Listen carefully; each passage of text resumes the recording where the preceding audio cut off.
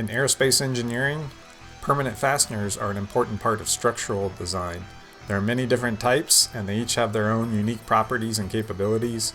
So in this episode, we're going to be talking through permanent fasteners. What are your options? What capabilities does each type have, and why should you choose one over another?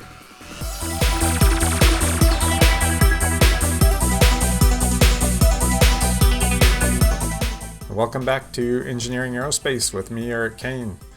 And in this episode, we are talking permanent fasteners. So, what exactly is a permanent fastener? Well, I think it's pretty obvious in the name, but effectively you are assembling something that you want to stay permanently connected. So, unlike a bolted assembly where you're going to have a nut and bolt that you can then remove and reinstall, that's handy for things that you have to take out and replace on a regular basis.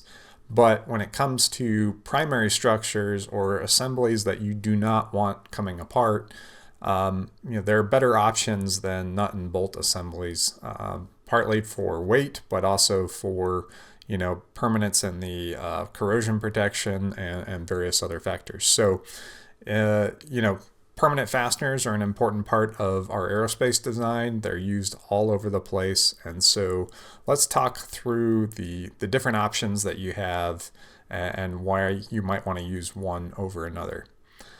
So if we first go to the tablet here, and when we look at aerospace structures, there's really, the three different types of fasteners that we can deal with. One is going to be things like solid rivets. Now these are probably going to be the most common, and we'll talk about each one of these in detail. Another option are what we'd call blind fasteners.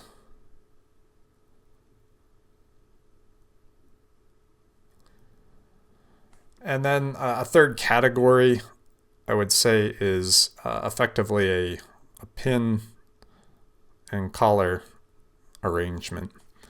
And so each of these has their kind of own different application. There are various sub-varieties within each of these, and we'll kind of talk through what the purposes are for those variations and what their functions look like.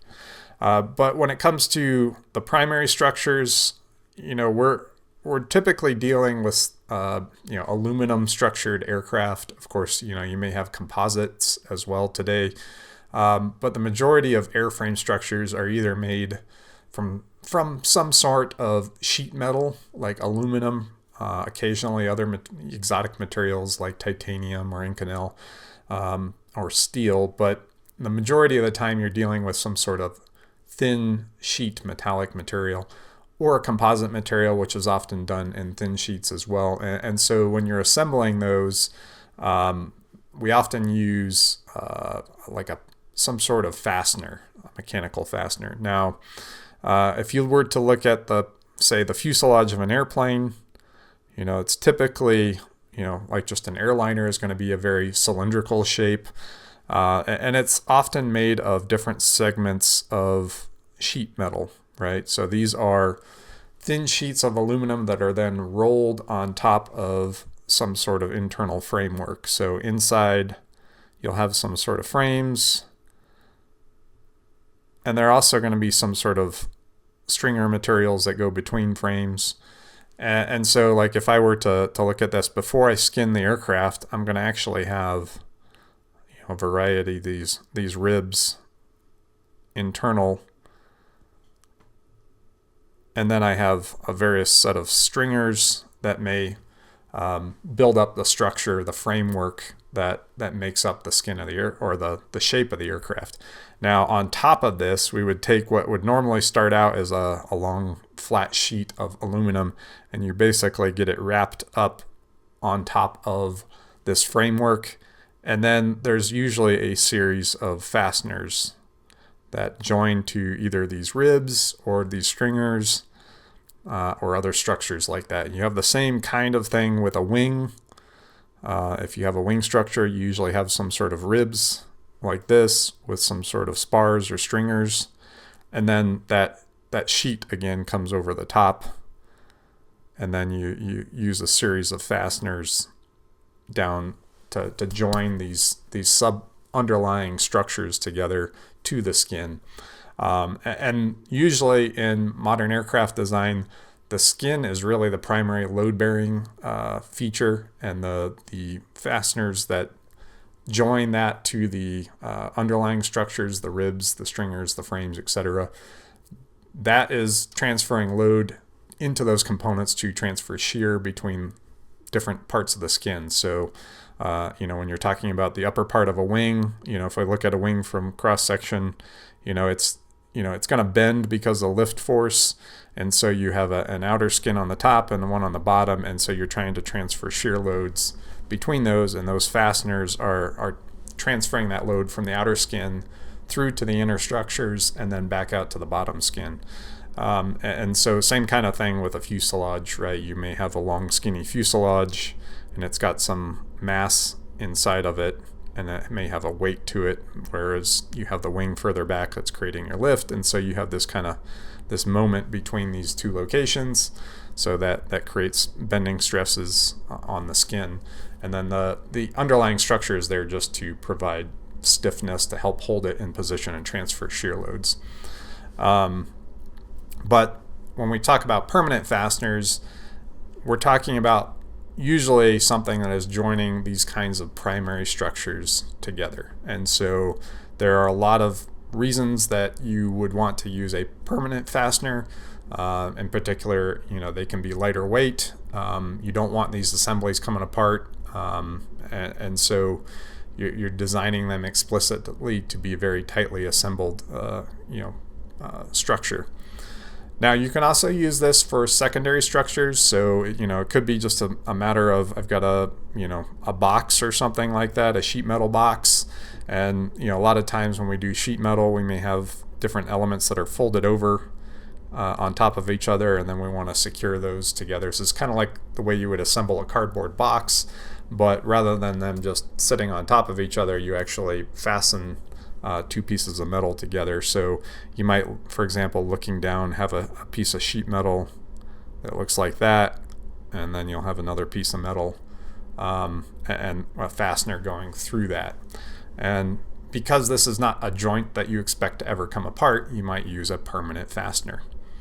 So these are kind of some of the general applications that you'll see used. Obviously, you're not going to use this for something like an electronics box to be installed on an aircraft, because that might have to come out at a later date. And so you don't want to use a permanent fastener. That's where you would use a screw or nut and bolt kind of assembly. So let's go in and talk about solid rivets. Now first, the most common type you're probably going to see are solid rivets, solid fasteners. So these are the traditional bucked rivet. And what do I mean by that? Well, usually a rivet is just it's going to come in as an object that has some sort of head to it. And then it has a little shank here. And it basically just looks like this, right? It comes in, it drops into the hole that you've pre-drilled for it. And what you need to do now is to basically squeeze the rivet and squish it into position. So this is mechanically deforming the rivet itself. And so this, of course, is just made from a single solid piece of material.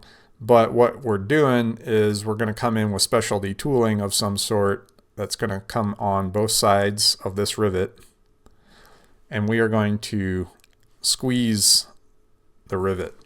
Now this can be done with hydraulic tooling if you have access to both sides where you can reach around. There are specific tools that are designed to squeeze that with hydraulic pressure, and basically what you end up doing is flattening this rivet into this shape here.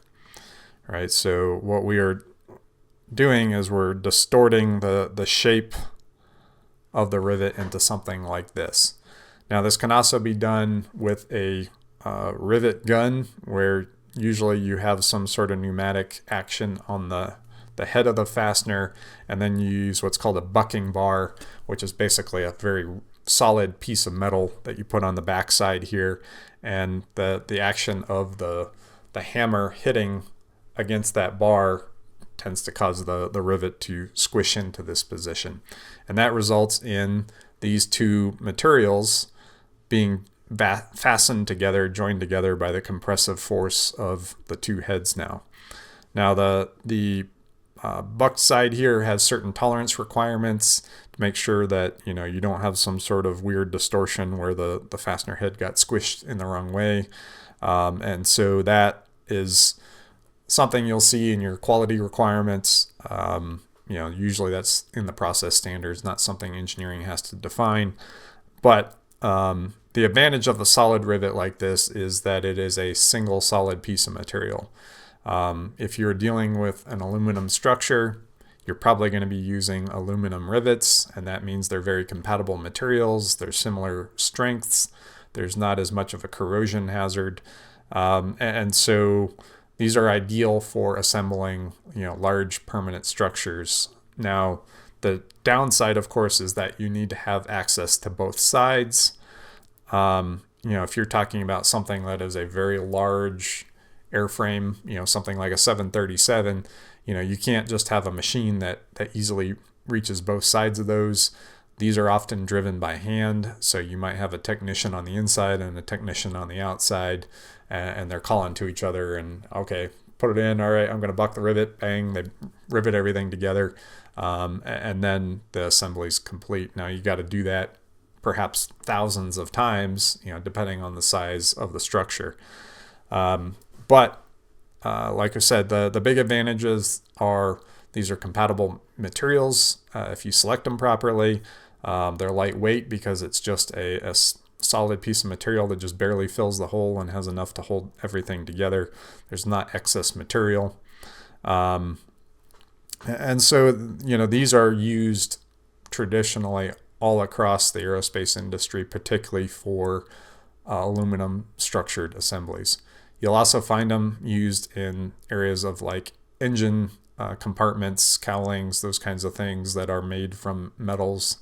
So there may be materials like titanium or Inconel used in the hot set areas of the aircraft or spacecraft, and those will use different types of rivets. There'll be still solid rivets usually, but they'll use the appropriate material to match the underlying substrate materials.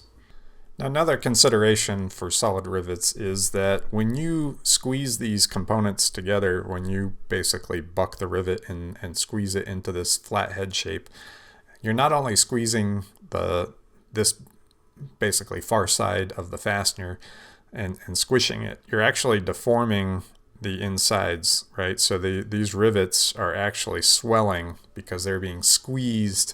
They have the tendency to push out as well.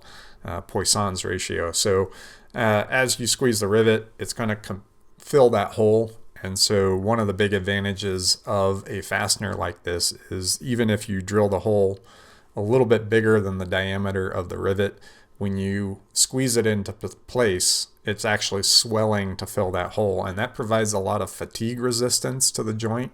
So it's very advantageous from that standpoint. And one of the other reasons why solid rivets are used a lot in aerospace primary structures, because that improved fatigue resistance. Now, again, all this stuff is, depends on the material you're using.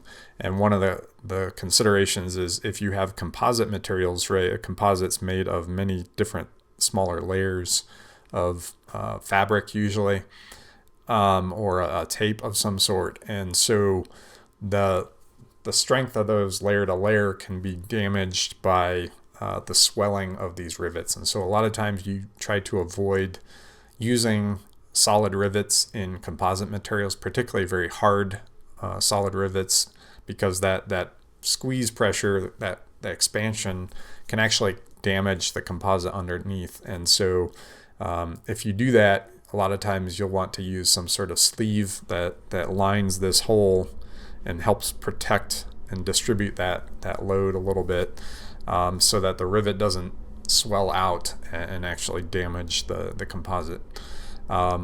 There are specialty fasteners out there, particularly some of the blind fasteners we'll talk about, that are better suited for those applications. But it is a consideration that if you are using a composite structure, You may want to do testing if your company hasn't already to verify whether or not solid rivets can be applicable for the particular composites you're using, or whether they cause damage in the process of assembly.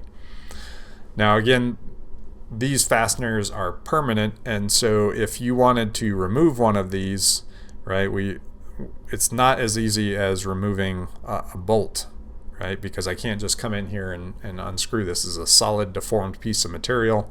And so usually if you do have to replace one of these components, you're going to have to come in with a drill, right? So you're going to have some drill comes in here, and you drill through and take out the material and destroy it in the process. Now, of course, there are a lot of skilled technicians out there that can do this pretty well, but there's always a risk you're going to damage the underlying structure here as you're drilling this out. There could be, the hole may get bigger or not quite square, and so you can usually have to upsize your rivet. So if you drill it out, you may want to go up one diameter for the replacement, such that you don't have to worry about that hole being quite as good as it was the first time around. So a lot of times you will upsize fasteners when you go to remove one and replace it. Now that's not something that happens all the time, but it does happen. I've seen it several instances where we had to go and replace either a primary structure, or we had damage that we had to go repair, or what have you. And so it is a consideration when it comes to permanent fasteners. Now I did want to spend a minute to talk about some of the material properties and how to look at that. What I brought up here is the Mill Handbook 5. The modern version of this is the MMPDS, which you can acquire. It is copyrighted, so you have to pay for that. But the Mill Handbook 5, it's an older version, obviously 2003 in this case, but the general properties are very similar. They're going to look very much the same. So if you bring up the latest MMPDS, you're going to see roughly the same kind of thing. And so in this document, you will find they have recommended drill hole sizes for different sizes of solid rivets, and as well as, in this case, the different options and materials and properties that you can find for individual rivets. The most common one you're going to probably see in aluminum structures is going to be the AD rivets here. And if I can slide this over so you can see a little bit better here. This is the 2117 aluminum T4. And so this is a very compatible material with a lot of aerospace, aviation in particular, aluminums, so 2000 series aluminums. You may use it with 6000 series as well. But if you need something softer, it's not going to be as strong. Something like these B rivets might be used for like a 5000 series piece of sheet metal that's like an electronics box or something like that, or a tray or something that's not necessarily as strong as primary structure, but it is something that you want to assemble. Now, there are other options here. You can see these D and DD rivets. These may be compatible with 2000 series sheet metal as well, but they're going to be harder materials. You can see the strength goes up as you go down this table. And those generally tend to be harder materials to, basically squeeze or buck into the final deformed shape. So it may need more specialized equipment. There may be more likelihood of failure. And a few of these, I believe the DD rivets actually are typically held in a freezer or something until they're ready to use, because they're stored in an annealed state, and then they're going to temper as time goes on. And so you have to consider that as a complication in the assembly and manufacturing process. There are specialty materials. You can see things like A286 and Monel and titanium, and obviously these start to get much harder to buck into position. They're much denser materials, and they give you that strength, but now you're having to use more specialized equipment, and you want to make sure your underlying material is compatible. But for the majority of aluminum structures, you're probably going to see 80 rivets, and these are the designations you'll see in the part numbers. Now if we keep going and I rotate this back around so you can see, There are other tables in here that provide things like, depending on the thickness of the sheet that you're assembling, and the particular diameter of the rivet, what kind of bearing strengths you can see, what are the joint strengths for single shear based on a particular type of aluminum and material that you're using. So there's a lot of different options here. Read through it and understand it if you're looking at a particular material, to make sure that you're using the right table and understand what the actual joint loads are when you're using a solid rivet, so that you make sure that you have the proper quantity and diameter of fasteners before you finish your design. So now let's talk about blind fasteners. So we talked in the solid rivet case that one of the downsides to using a solid rivet is you need to have access to both sides of the joint to be able to install it. Now, there are fasteners designed so that they can be installed from one side when you have no access to the other side. And those are called blind fasteners because you cannot see the other side of the joint in the assembly.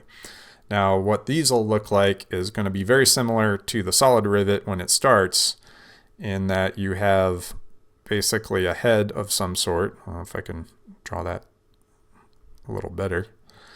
A fastener head, kind of like you had with a solid rivet, and it'll come through the joint like this. But instead of this being a solid piece that comes through, there's actually a through hole down the middle of the fastener, and inside that is another piece that comes through to the other side and looks something like this. Now, on this side, you usually have some sort of features that look like these ribs here, and that allows a tool to grab onto that stem. So this is going to have, sometimes you'll see this referred to as the sleeve, and this as a stem. And that is basically the mechanism that is used to deform the fastener. So when you use the tooling, it's going to actually come in and grip around onto this and actually push down on the head here at the same time it's pulling up on the stem. And so that basically that action of the tool pulling the stem up causes the deformation in the part.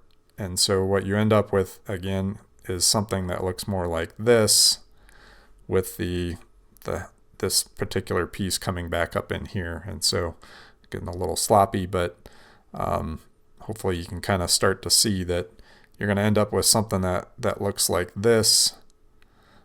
And so you've deformed, again, the far side of the joint, but I haven't had to have any access to the back side of this. And so I can install it from the outside, which is good if you have like a very thin section, perhaps on like a wingtip or somewhere like that, where you can't get a hand or a piece of tooling up inside an area. Now, why would you not just use this all the time? Seems a lot easier. Well, of course, the stems, these typically are made of a harder material, something stronger, to cause the deformation of the sleeve and the rivet.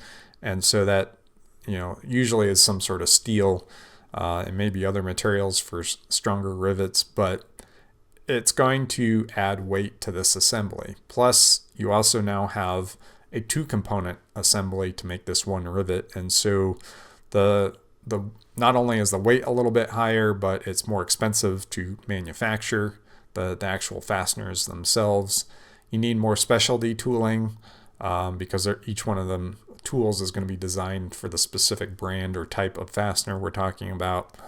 And so it's generally just a little bit more expensive to use these kinds of things. And there's other features you may have to consider as well. You have 2 components here, and while it's not very likely, it is possible that these 2 could come separated. Usually they're locked in there pretty well, so it's not a big risk of that. Now, there are opportunities for this to also be additional leak paths, right? So if I have gas can leak through this joint here. You know, it's probably not a very high rate, but if you're dealing with something like a hermetically sealed spacecraft component that has to last for a very long time with extremely low leak rates, you know, it's possible that gas could make its way through that eventually. And so you do need to consider that. Now, you can apply sealants and stuff when you assemble these to help mitigate that, but it is a consideration if you have a very tight requirement for leakage. The other thing is, you know, you may not get the same level of swelling depending on the particular design of these. You know, you usually get some sort of outward swelling like we talked about for the solid rivet. And again, that kind of fills the hole as this mandrel or stem comes up into the part, into the sleeve. And so, you know, you have to consider that when it comes to composite materials. Now, there are other sleeve versions where you can have another outer sleeve that helps protect, again, the composite. But, you know, it's a little bit more complicated. You need more specialty tooling to assemble these, but there are applications where you just can't get to the far side. You know, there's a variety of name brands for these style fasteners, things like Cherry. So you hear Cherry Max or Cherry Rivets. These are this style of blind fastener. There's also Joe bolts, which are very similar to this. They're slightly different in the sense that, again, they're more like a bolt assembly, so they're a little higher strength. But instead of just directly pulling this, there's actually a threaded section inside here, and this assembly at the top isn't just pulled straight. It's actually torqued, and so it's kind of like assembling a nut and bolt, but it's an internally threaded bolt, and that thread, the nut kind of comes through it, and you just basically pulls up again the same way, but it uses a little higher strength materials. So let's take a few minutes to kind of walk through some examples of specification sheets that you might find, catalogs for some of these items. I've got, in this case, Cherry Max rivets. So these are a brand of pull type rivet that's pretty popular. And they have a pretty good catalog here that explains kind of how the system works. So the diagrams showing the components that go into each of these rivets and how they're installed. So kind of like we were talking about earlier. And kind of what the finished installation looks like. You can kind of see how the different materials come together.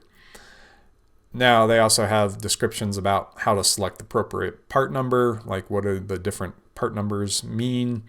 We didn't talk too much about fastener heads, but obviously this comes into play depending on whether or not you need clearance or aerodynamics or what have you.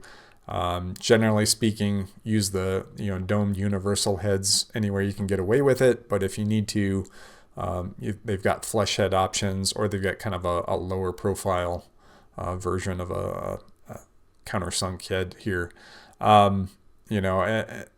Most aerospace applications, you're going to use 100-degree countersinks. That's just very common, countersink geometry that you're going to use.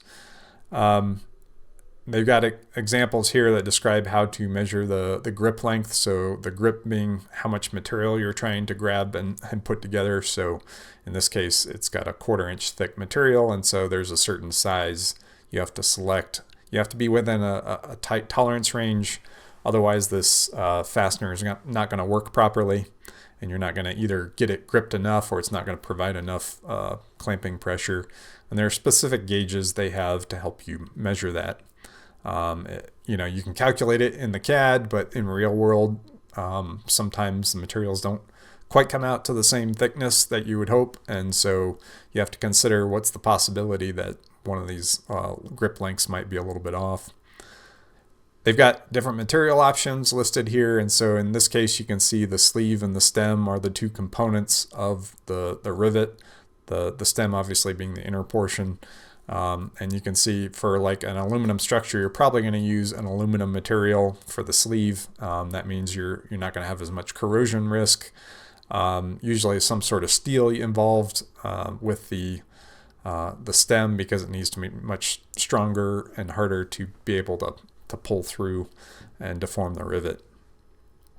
And then they have different diameters. These are all the different material classes, and then they also give you the specific shear strengths here for each part number, so that you can kind of get a good engineering estimate of what the strength of that is.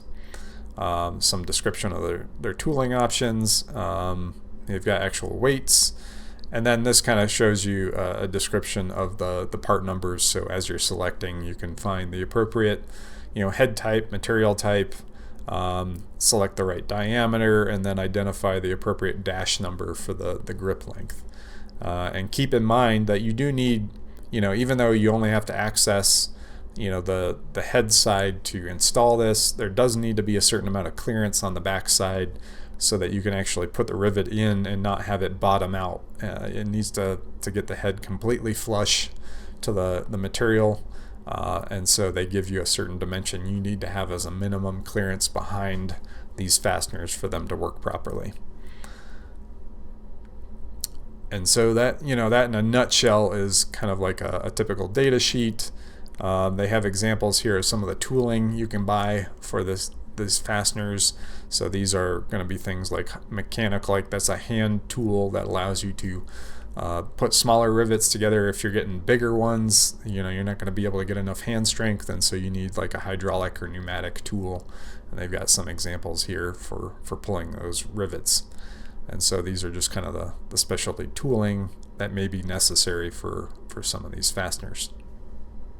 Now in this case, we've got an example of a blind bolt assembly. So this is pretty much the same thing as the rivets we were just looking at, but they're considered bolts because they're a little larger, heavier strength capabilities.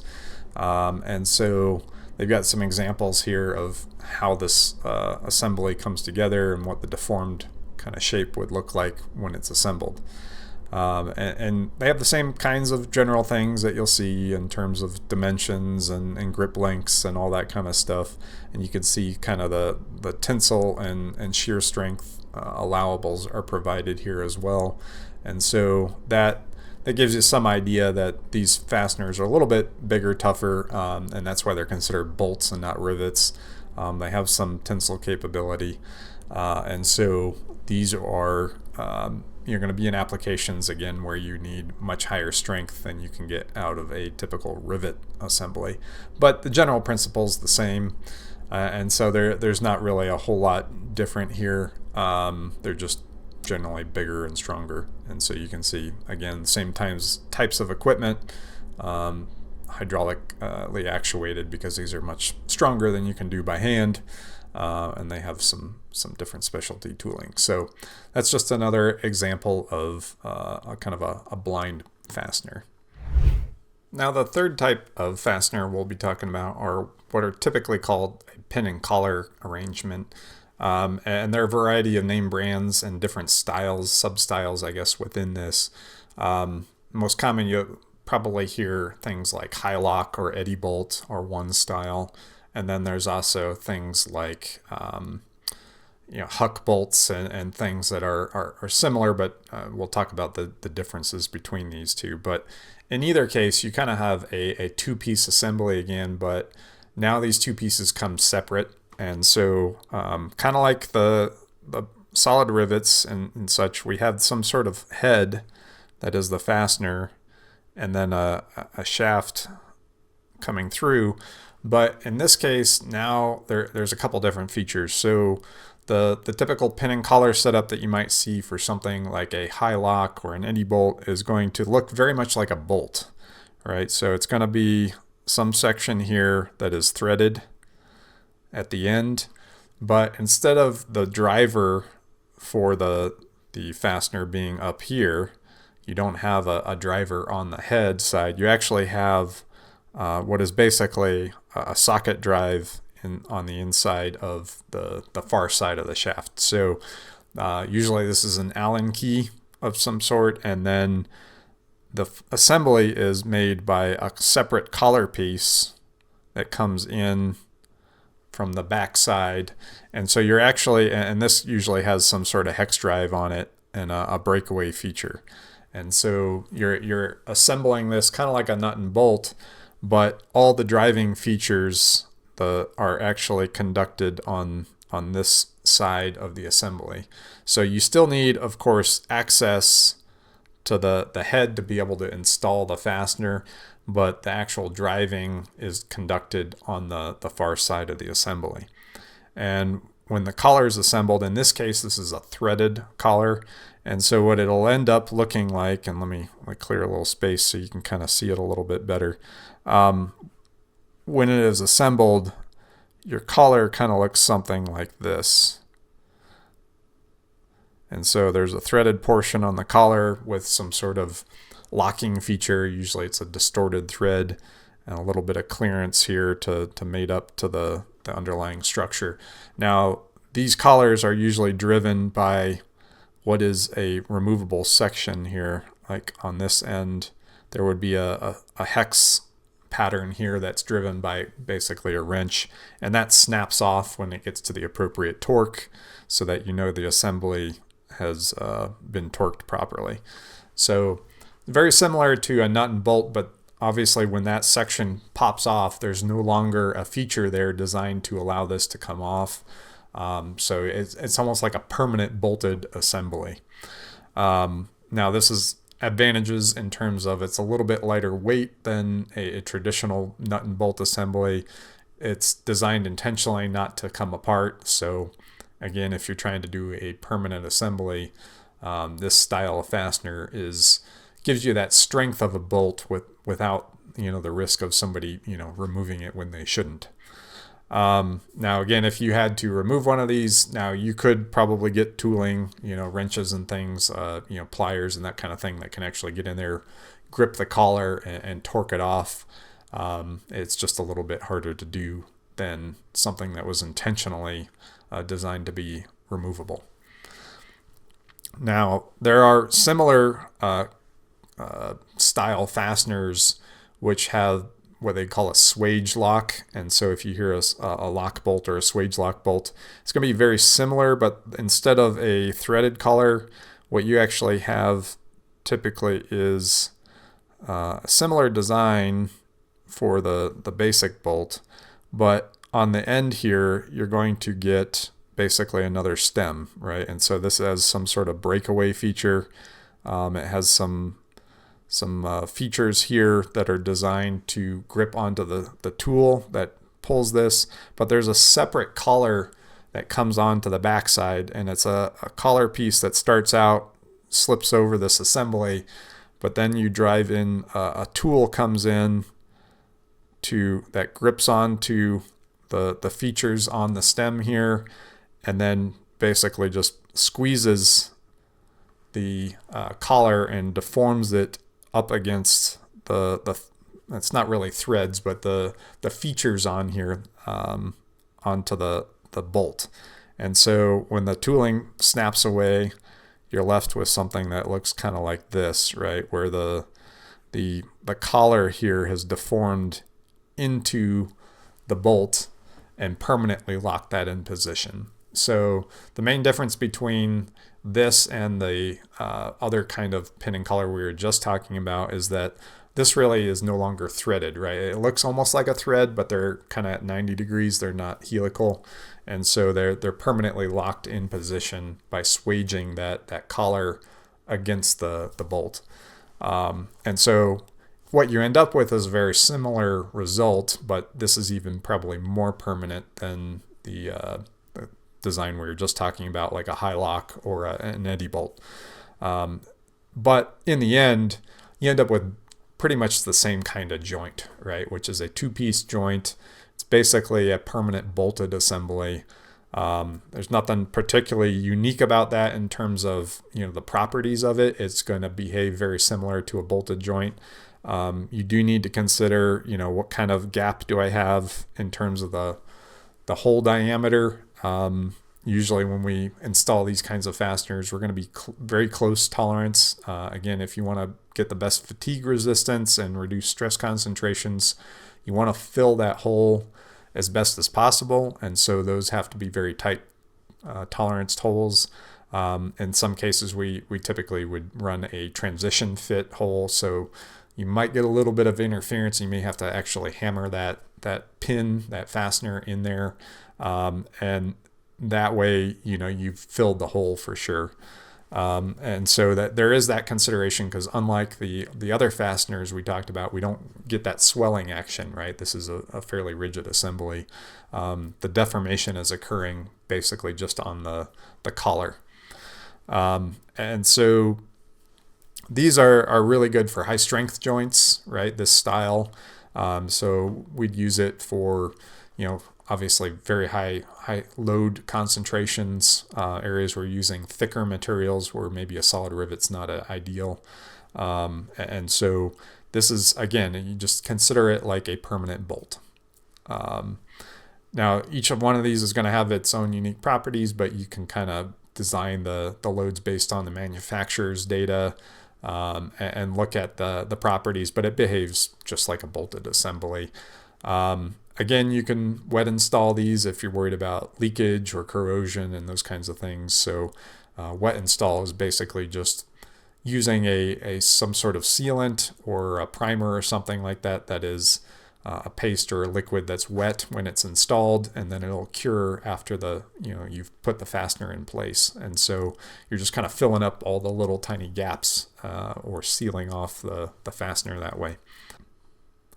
Now here's some examples of what are considered lock bolts. So as we mentioned earlier, this is kind of going the other side where you're putting a sleeve onto the far side of the pin or bolt in this case, and that deforms into position. That a lot of these guys' spec sheets weren't available online, but you can kind of see what the different types of fasteners are, different materials, and kind of what some of their properties are. But yeah, it's basically a situation where these round sleeves go over the far end and then get compressed against the bolt and the material that you're fastening, and they basically deform into these threaded like features. They're not actually helical threads, they're more circumferential, so they can't come off, and you just basically squeeze them into position. So very much like the pin and collar situation, but they have their own specialty tooling. Now if we go to something like the pin and collar setup, this is an example of a Hi-lok. Like I said, there's eddy bolts too, very similar. And they have this pin that you see displayed here, and then kind of the dashed line here showing what the collar looks like. And once it's installed, I'll hide this thing, the head of the collar snaps off, and you end up with an assembly that looks something like this, with the pin through the middle and the collar holding it on the back side. And in this case, you can see the hex drive feature that's on the back side of the bolt, and then the threads that join up with the collar. And in this case, of course, they have, depending on the materials and everything and the diameters, they'll give you the specific allowables for tension and shear. In this case, double shear, so your single shear is probably going to be about half that. But you get the properties of this fastener. And of course, there's certain assumptions on this is the strength of the bolt. Keep in mind that the underlying material may not be strong enough to take that load. So, obviously there's no value in adding a high strength steel large diameter fastener when a small diameter aluminum rivet is going to do the same job, and because the base material is going to fail long before the bolt does. So keep that in mind. But these kinds of diagrams can give you a lot of detail about the dimensional properties and identifying the appropriate grip lengths and tolerances to deal with. So to summarize, let's talk about some of the applications and considerations for all of these types of permanent fasteners. We mentioned primary structure is a lot of times where permanent fasteners are used, because primary structures are not something that comes apart very often, ideally never. It's something you want a permanent assembly for anyway, and so they're ideal for those kinds of applications. You may use it in smaller assemblies, things like electronics boxes, secondary structures for attaching things like nut plates often use solid or blind rivets. If you're assembling something that you just really don't want it to be tampered with or come apart accidentally. That's where a permanent fastener is going to come into play. Now, whether or not you use a rivet or a bolt or a pin, a lot of this really doesn't come so much down to the engineering details, although you do have to consider the individual tensile and shear properties as well as the materials you're using. Again, generally you want the lightest component that you're going to get away with. So solid rivets are probably going to be your best bet for weight. Any of these other assemblies are going to take up more mass, and so there's an impact to that. However, obviously solid rivets require a certain amount of access that can be challenging in certain applications, and so blind fasteners come in where you can't get access to the far side. In certain situations, a rivet may not be good enough because rivets aren't very good at taking tension, and so if you want to take some more tension, something like a bolt, like a blind bolt, a locking bolt, or a pin and collar setup are going to be preferred because those materials are better able to handle that. And then we got to consider things like material interfacing with the primary structure. If you're working with aluminum, ideally you're working with a compatible material. If you're working with something like a carbon fiber composite, something like a titanium is probably going to be more appropriate, but that also drives up cost. If you're working with, for example, engines, a lot of times you're dealing with an Inconel or some similar material. And again, those are much harder to work with and again, more expensive. So, you got to select the right material for the application. And then a lot of this is going to come down to things like the specialty tooling. You probably want to work with your manufacturing department and with some of your senior engineers to figure out what does the company have tooling for, what do we use for standard processes. Each one of these fasteners has its own unique limitations in terms of the proper grip length necessary, the proper torque or tooling applied to it to properly install the fastener and verify that through quality inspection. And so a lot of times engineering departments and manufacturing departments have already established standard practices, and so there are certain fastener types that they have developed processes for, and so you want to stay within those to minimize the impact to the manufacturing department and causing all kinds of headache by calling out a fastener that they've never seen before. So it's always good to work with your manufacturing engineers to identify what they have capability to do today, and if they don't have the capability to do something you think you need, then you're going to have to work with them to develop that and identify the proper practices and standards to use when installing these fasteners so that you're calling out something that they can actually assemble appropriately.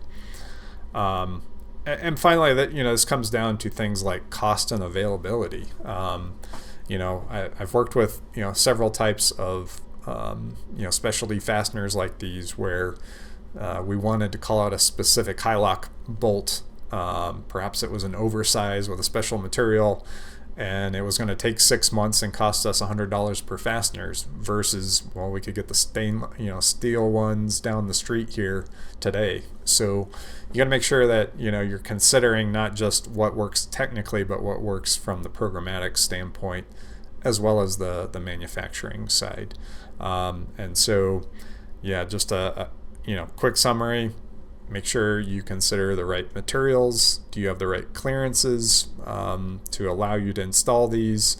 What manufacturing techniques are available? And what's the availability and cost of some of these? All these are considerations you're going to have to address before you can make a proper selection for any one of these fasteners. So hopefully that was helpful for you for identifying permanent fasteners and helping to down select to what you're going to use for your next design. If you have any further questions or other areas where you're interested in hearing more, this topic came up by questions that some folks asked about in the comments, so feel free to add comments to any of the videos if you have other topics you'd like to hear about.